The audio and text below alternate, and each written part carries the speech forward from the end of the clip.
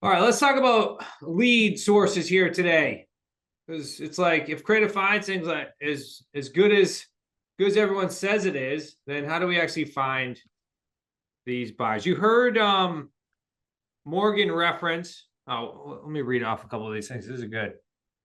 We got the power as buyers. I would like to say you're Simon Cowell. You're not on American Idol. You're the judge.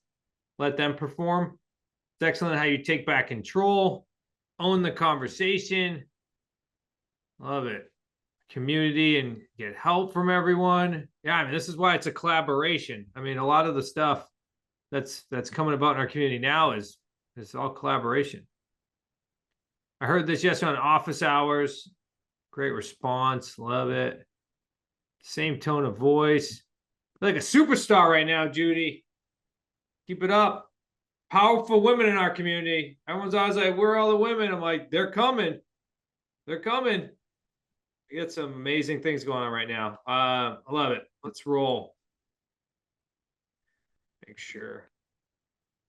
So let's hit some basics here first, because this is like the bread and butter of create, or at least of our business model. This has been the bread and butter here for quite some time. You guys see the screen? I know I'm pointing over here, but you guys seeing the screen?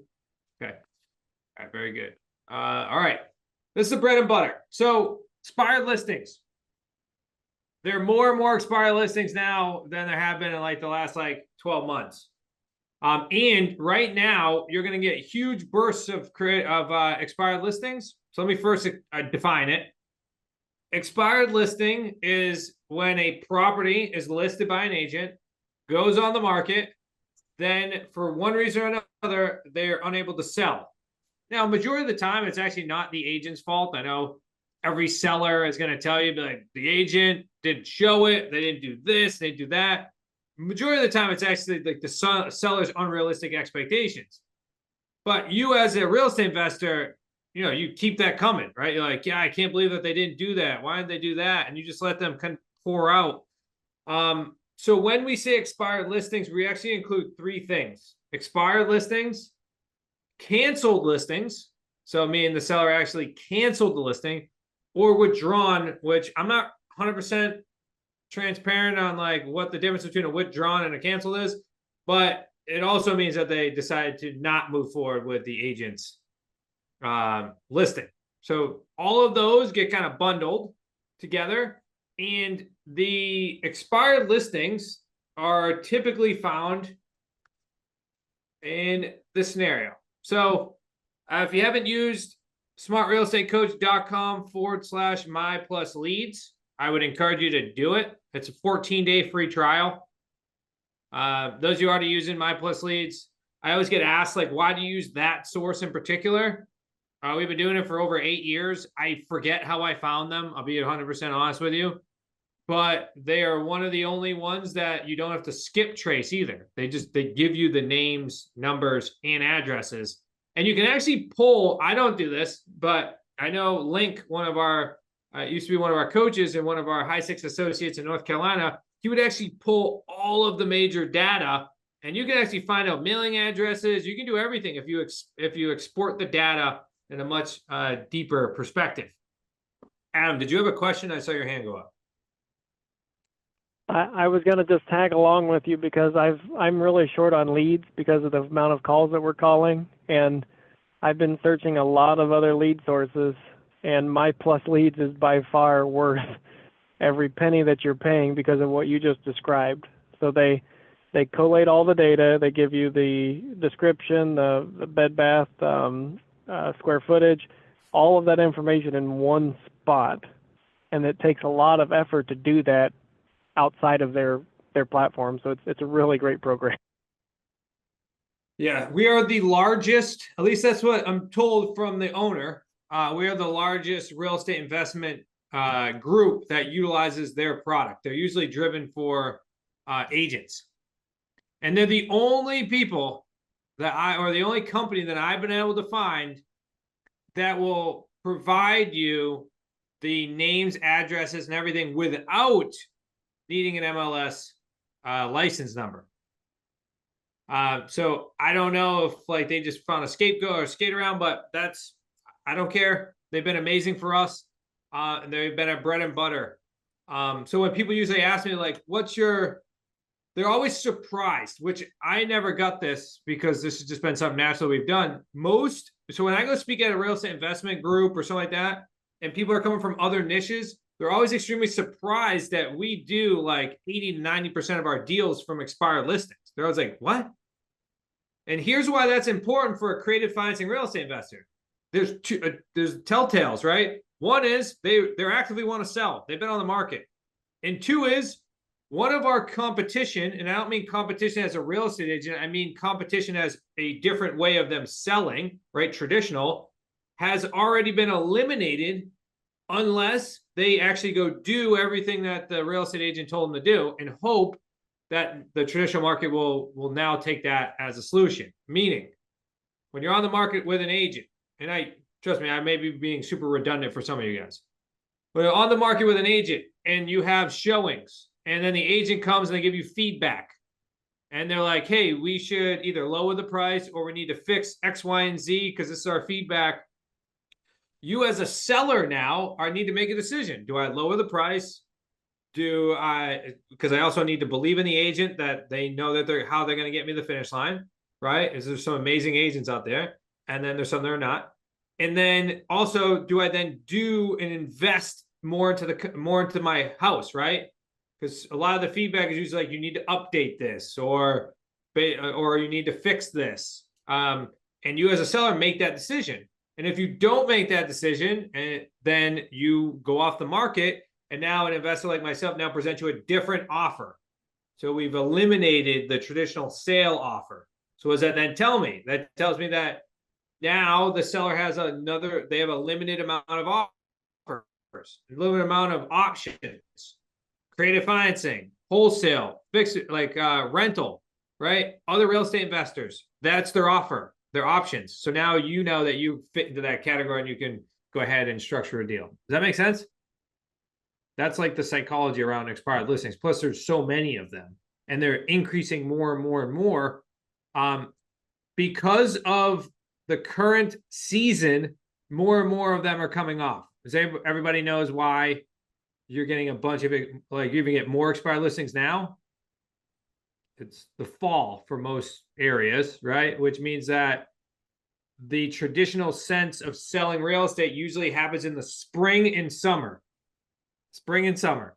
So when fall and winter comes, a lot of either contracts end with agents, which will then pop them up, or for some reason, which is the craziest thing in the world, I've seen a huge amount, and I guess this is like a normal thing. You always see a huge amount of expired listings on December 30th or January 1st.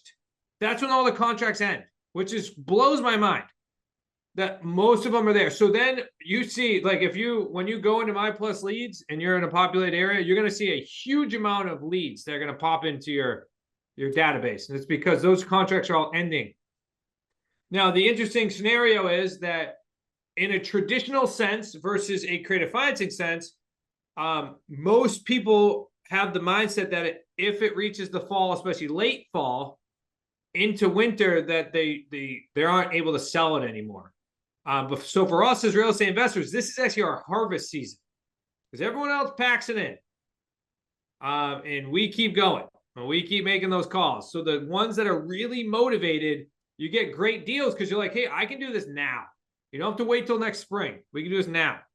That's why throughout the entire spring and summer, we are just bringing our leads to the service, and right now is harvest season. So don't take your foot off the gas now that we're about to go on the holidays. This is the time in order to continue to hit the phones and put the urgency.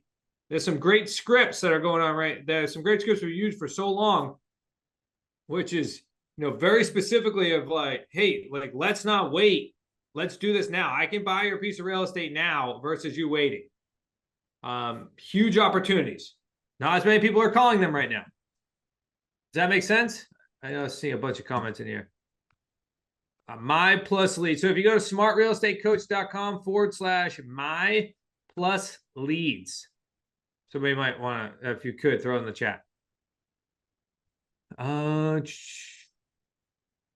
Withdrawn usually means that they pulled the property off the market, but still have a listing agreement with an agent and are planning to put it back on the market. Thank you, Gina. That's helpful.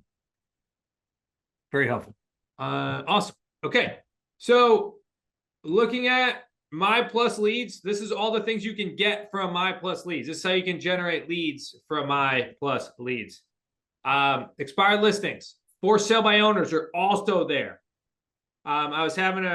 We were having a conversation before most of you guys jumped on, and that was if you're in communication with a for sale by owner, there's a certain mentality that is attached to a for sale by owner. It's actually in the name. They think that they can sell it on their own, right? So if you are having a conversation with a for sale by owner, and it's usually within 30 days of them actually putting it on the market, know that it's usually going to take time for them to season, meaning it's going to take multiple conversations before you actually get the deal, because they haven't gone through that pain yet, unless they're very motivated. Then you can obviously, because they're not looking to list with an agent, at least at the beginning. They're trying to sell it on their own. So now you kind of eliminate that off the beginning. So here's a script that I always use with for sale by owners. And I always say to them, look, Mr. Seller or Mrs. Seller, totally get that you're interested in selling on your own. I would then do a little bit of discovery. And then I would usually say, hey, what we have seen or what my experience has always been is that at least within the first 30 days, you're getting a lot of calls and people showing up at your property, typically because they're either nosy neighbors or they're people like me or real estate agents. So what usually happens is at some point in time in the future, you're either going to list your property or you're going to sell to somebody like me. And then I just let that ruminate. And that's like, did you want to try to talk about it now, or did you want me to call you back in the future? Right? There's that false sense of hope when something gets listed, especially a nice house in a nice area as a for sale by owner, because you're getting a large amount of like your nosy neighbors and real estate investors and agents calling. Once that dies down past usually 30 days, and I'm using that as like a benchmark, things tend to be a little bit more advantageous for you as well. So smartrealestatecoach.com/my plus leads can get you all of these. For rent by owners, another really good opportunity if you're not targeting those. Zillow has made it a lot harder to get a hold of them. When I first started calling on them, there wasn't the whole like Zillow gave you a number and then they had to go through their number in order to then get a hold of that seller. It's a little bit more difficult now. So you can certainly you could look up the property and then send them a mailer too. So there's other, because that's the property they're trying to rent. A telltale sign though, what I'd love to see is if I go on Zillow and they were listed or they were on the market as a for sale by owner and now they're up for rent. Great opportunity now to structure a creative financing deal. They've tried to sell and now they're renting because they weren't able to sell. Really good opportunity there as well. So I really encourage you there. If you're sitting on here right now and you're trying to figure out, or if you're trying to get into small multis and commercial, those are also good telltale signs. And the ability for you to go ahead and get a hold of the seller there as well. You can get all that information, again, 14-day free trial if you want. That's what I've been using for years. Plus, they also have a power dialer in there too. Pull up the list, drop it in there, make a bunch of phone calls, keeps you on target when you're prospecting. I think they have like trials on everything. So feel free to try that. That's what we've been using. Make sense? I know it's not complicated.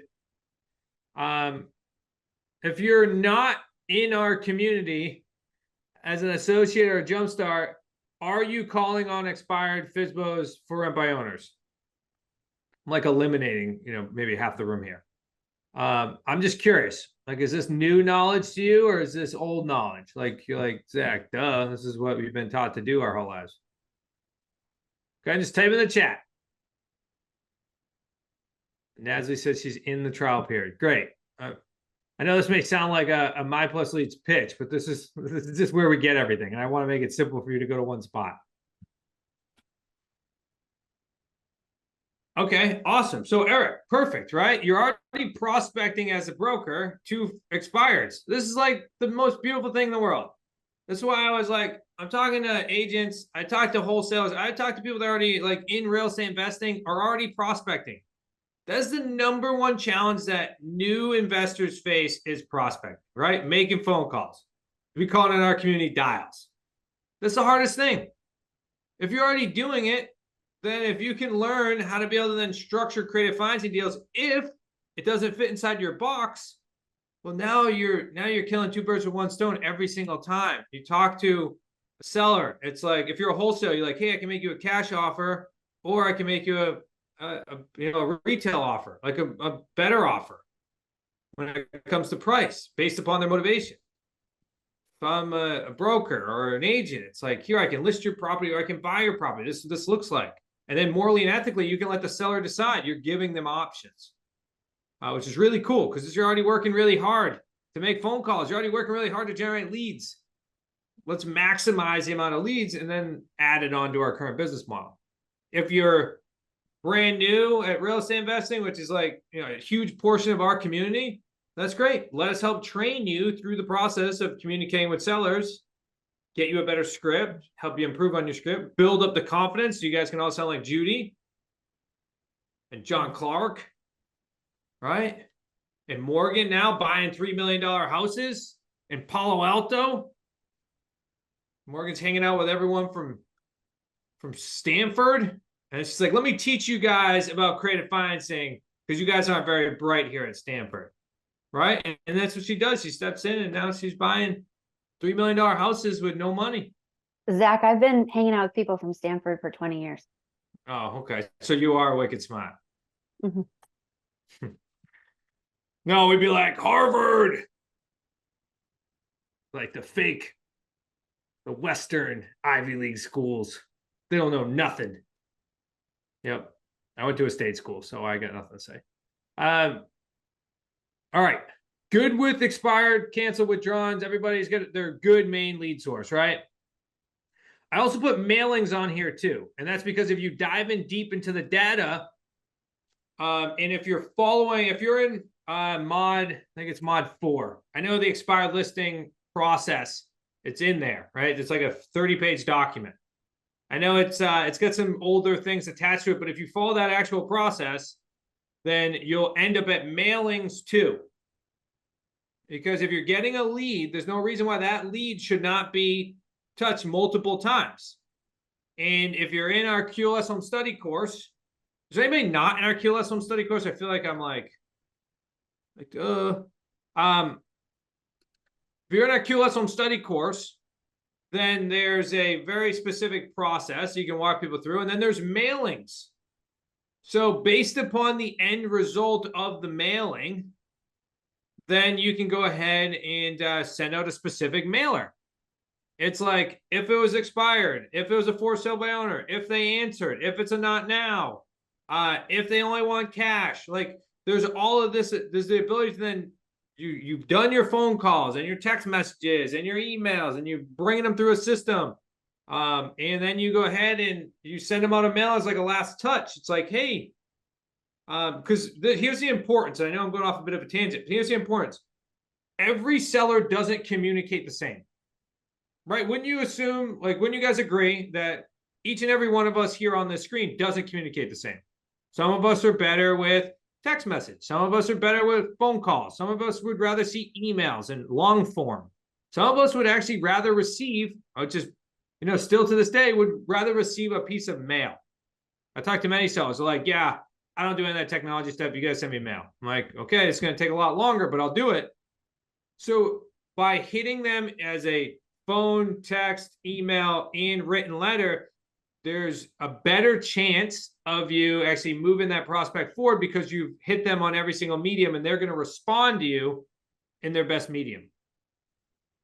Like it's surprising me still to this day that I'll send out letters and then like I've been trying to contact them for like 6 months and then they send me back a letter.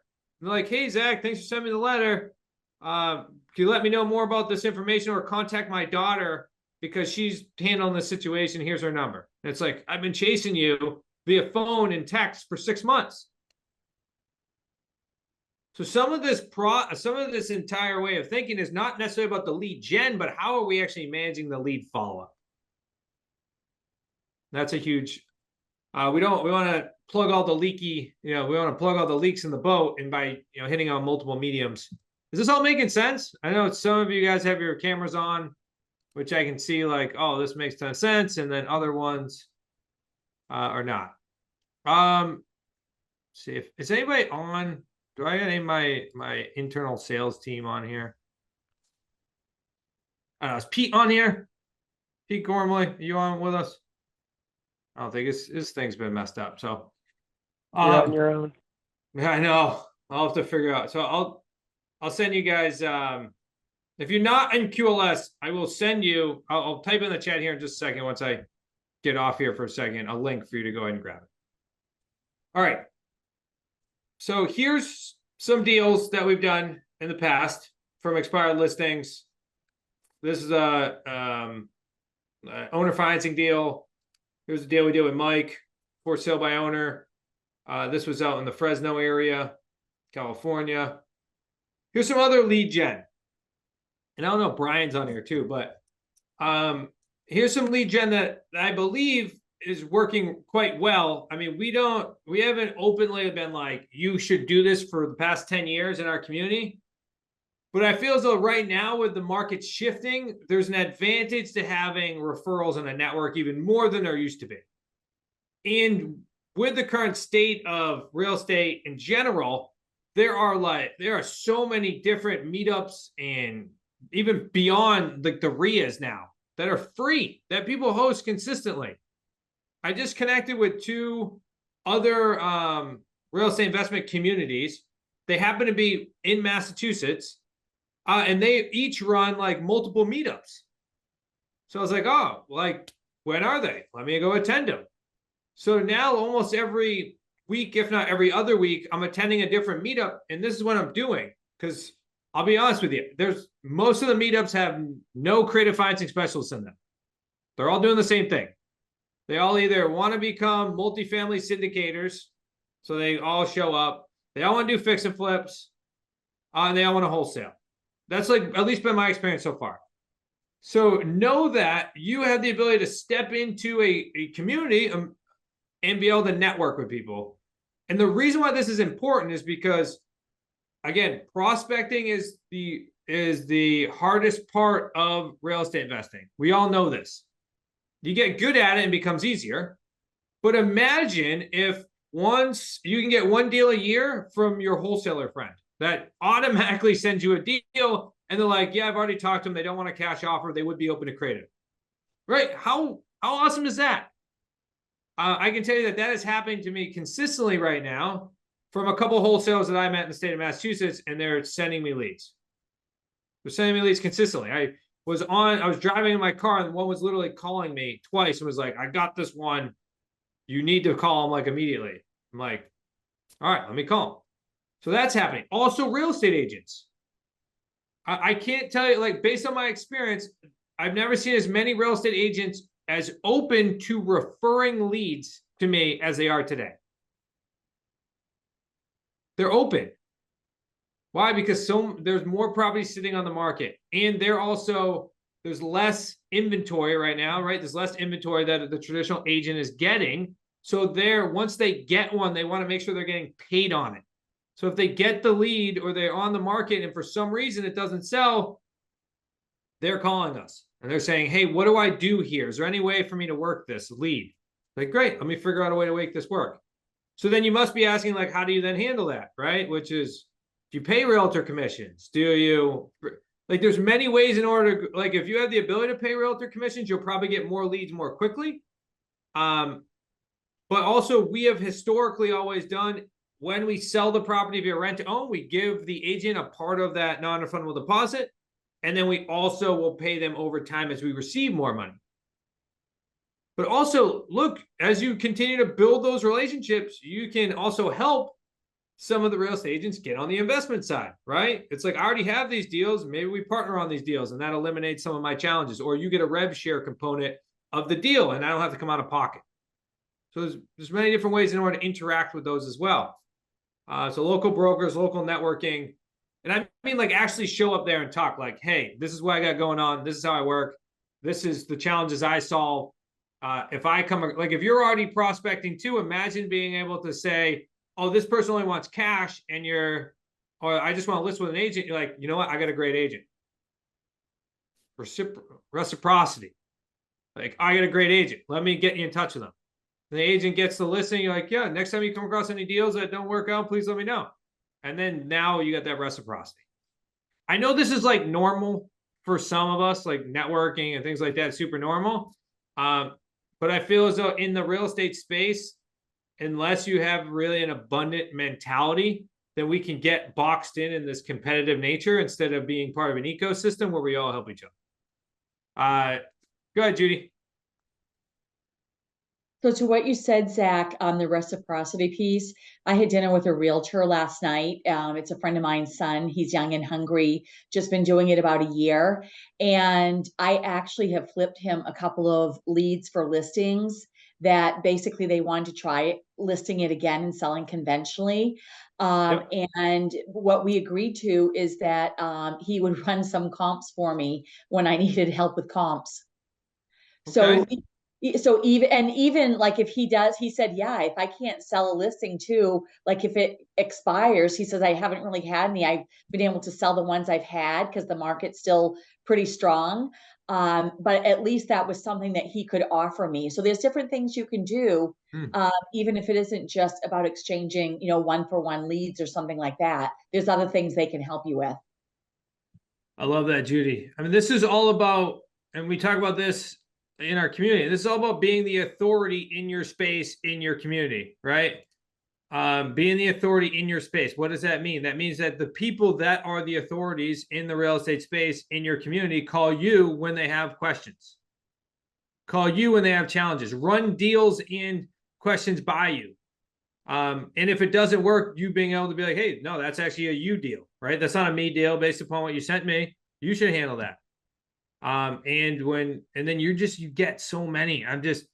It's amazing. And especially because creative financing is so hot right now. Everybody wants to know about it and talk about it. But the truth is, unless you really spend the time and energy to be able to master it, you're not going to be able to do it. It's great in theory, but unless you're dedicating yourself, like showing up to these calls or jumping in our QSM study course program, or really dedicating yourself to our associate levels and letting us work with you and do deals with you, like, it's really hard to be able to put all those pieces together in an authoritative position in order to actually close on any deal that somebody throws you. Is this making sense? Love it. Okay. All right. Very good. So yeah, I encourage you to do this. The networking is not to distract you from actually doing deals. This is the important part. And I encourage you to listen to this. This is not to pull you away from doing dials and you're like saying, I'm going to go meet everyone. No. If you're going to actually commit to going to these networking events, right? Or these real estate investment meetups, you have to commit to actually go and do it. Meaning, don't just show up. You got to be prepared in order to have conversations with people live with the intent that you're trying to get to the top of the funnel, right? You're trying to get to people that have leads. And then those people will refer you leads versus you looking for leads. Does that make sense? But you have to go there with intention. And if you're not going to go there with intention, I encourage you then to just make dials instead of that, because that's going to be part of the process anyways. This is not going to help you escape cold calling. This is an addition to. And then eventually, after you build proof of concept with your groups, right? There's great groups and there's not so good groups. There's people that are doing deals and there's people that are not doing deals. You don't want to be hanging out with the people that just show up, once a month and talk about real estate deals and no one's doing them. We have all been to those groups. You have to navigate and then eventually find the networking group that you're a part of that people are actually feeding themselves deals. That's important. So know that there's going to be some trial and tribulation there. But again, in addition to, not instead of. Love it. Okay. Very good. All right, let's keep rolling. Here's a referral deal that we did. I just wanted you to see this. This is $81,000 deal that an agent could have done. And I think they made $15,000 off of us. I know I saw a question that said, like, what are you doing for realtor referrals? So, I would usually tell agents at the beginning. I always try to go with no money down, right? Or no money out of pocket. So I would always start with, especially if you're first getting started. I don't want you constantly coming out of pocket paying commissions if you don't have to. But I'd always tell them is if you get a deal that makes sense for us and I acquire it and I buy it, once I sell it, you're going to get up to 20% of the non-refundable deposit I collect. And then as I collect more down payments over time, you're also going to collect on that as well. So it's a bit of an annuity for you. Like, so this agent that did this deal with us, I believe he got like $7,000 up front, and then he received like a couple $1,000 every 6 months with us. So he ended up with like 15,000. Now I know that might not sound super advantageous for every single agent, but some of them that sounds great. It's like, good, I got some reoccurring revenue coming with me. And also I'm going to lose the listing anyway, so I'm not going to get anything. So instead, let's structure something, and morally and ethically, let's try to point the seller in the right direction where they now have other options. Now, as you get bigger, you can probably, do commissions or wholesale fees and things like that. But I would always do my best to just have them get paid when I get paid. I mean, that'd be the most ideal route, right? All right. So it goes like this, right? So you got your basic lead gen set up. You're all set up with My Plus leads. Then now you're making dials and you're getting leads coming in, and now you're going to start building out your authority in your area, and you're going to start getting leads sent to you. So now if you're getting 12 leads from your VAs and your expires, and then you get a wholesaler or a real estate agent send you some leads every week, well, now we're building up the funnel. And you can also be utilizing, if you're already in the CRM, REI Black Book, which is what we use, smartrealestatecoach.com/REI Black Book. You can also do mailers in there. They also have a really cool app. Has anybody ever heard like driving for dollars? Driving for dollars. So what that means is you get people to drive you around. So if you've gone through our seller specialist program, which really was just created, it was created as my journey from zero real estate experience to then being lead acquisitions for our family company. That's basically the journey. And then we create a position as me and Nick then kind of separated and said, all right, Zach, you're going to handle all sellers, and Nick, you're going to handle all buyers. So that's where the seller specialist and the buyer specialist evolved. In that, what I used to do is they used to be called field agents. I created this field agent program. Nowadays, it's known as driving for dollars.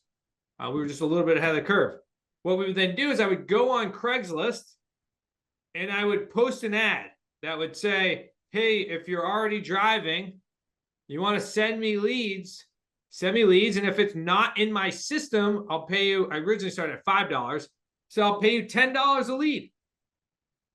So at one point in time, I had like 10 people sending me 10 leads a week, like driving around. And what I mean by leads is they'd get like the for sale by owner signs, where the only thing that the seller knew to do in order to sell their house is put a sign in their yard.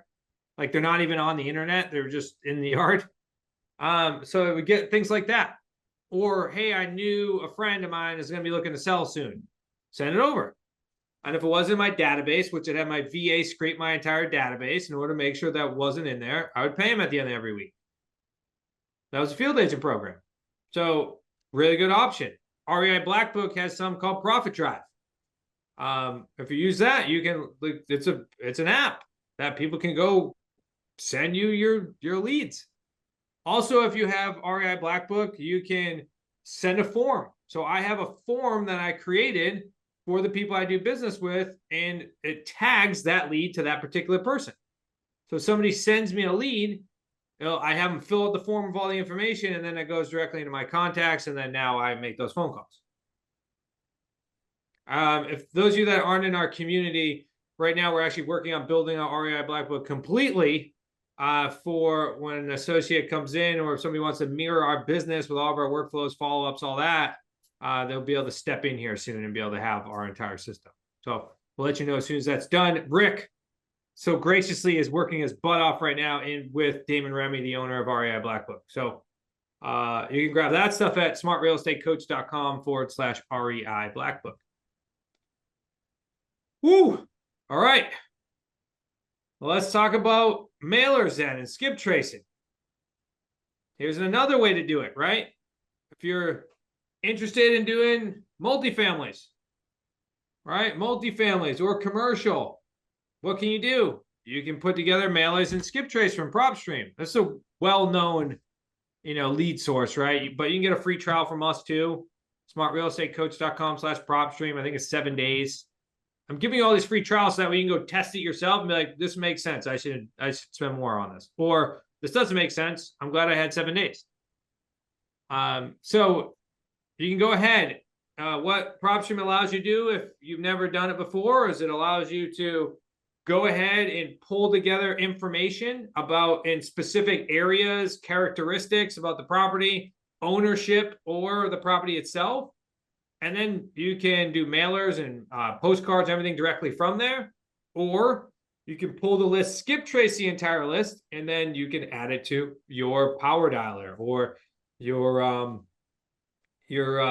regular CRM and make phone calls directly from it.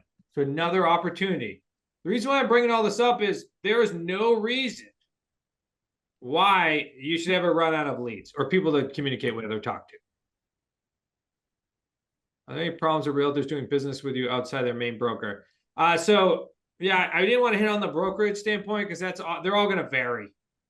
I encourage you to network with the broker because there's going to be very investor-friendly brokerages and there's going to be non-investor-friendly brokerages. And then everything in between, right? So really would encourage you to do that. Like I've set up some and done a lot of presentations and have done some collaborations with certain brokerages.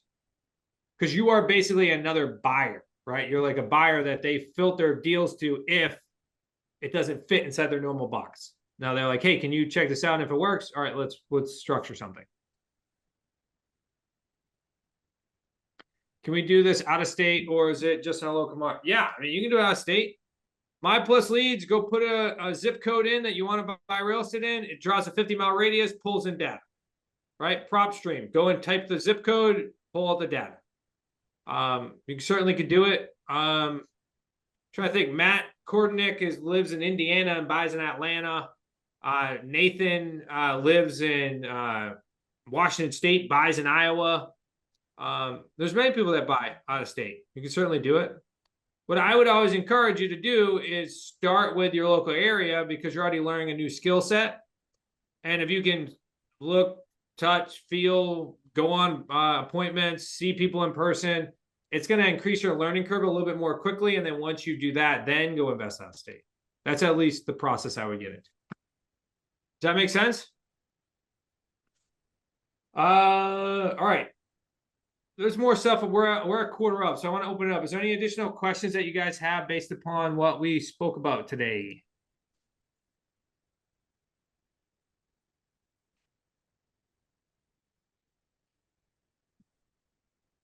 Why not in Texas? Or has that changed? No, you can buy in Texas. But Sarah Wolford's on here. You can buy in Texas. You just focus sub-twos and owner financing, not lease options. This is why it's really important. I know I see a bunch of new names. If you're not in our Quam Leap system, I encourage you to do so. If you're not, just send me a direct message right now. I'll give you a promo code. It'll get you in a heck of a lot less expensive with a huge discount for you. That's where I would start. And then all of these things that we're talking about, they make so much sense. And it's a 30-day money-back guarantee.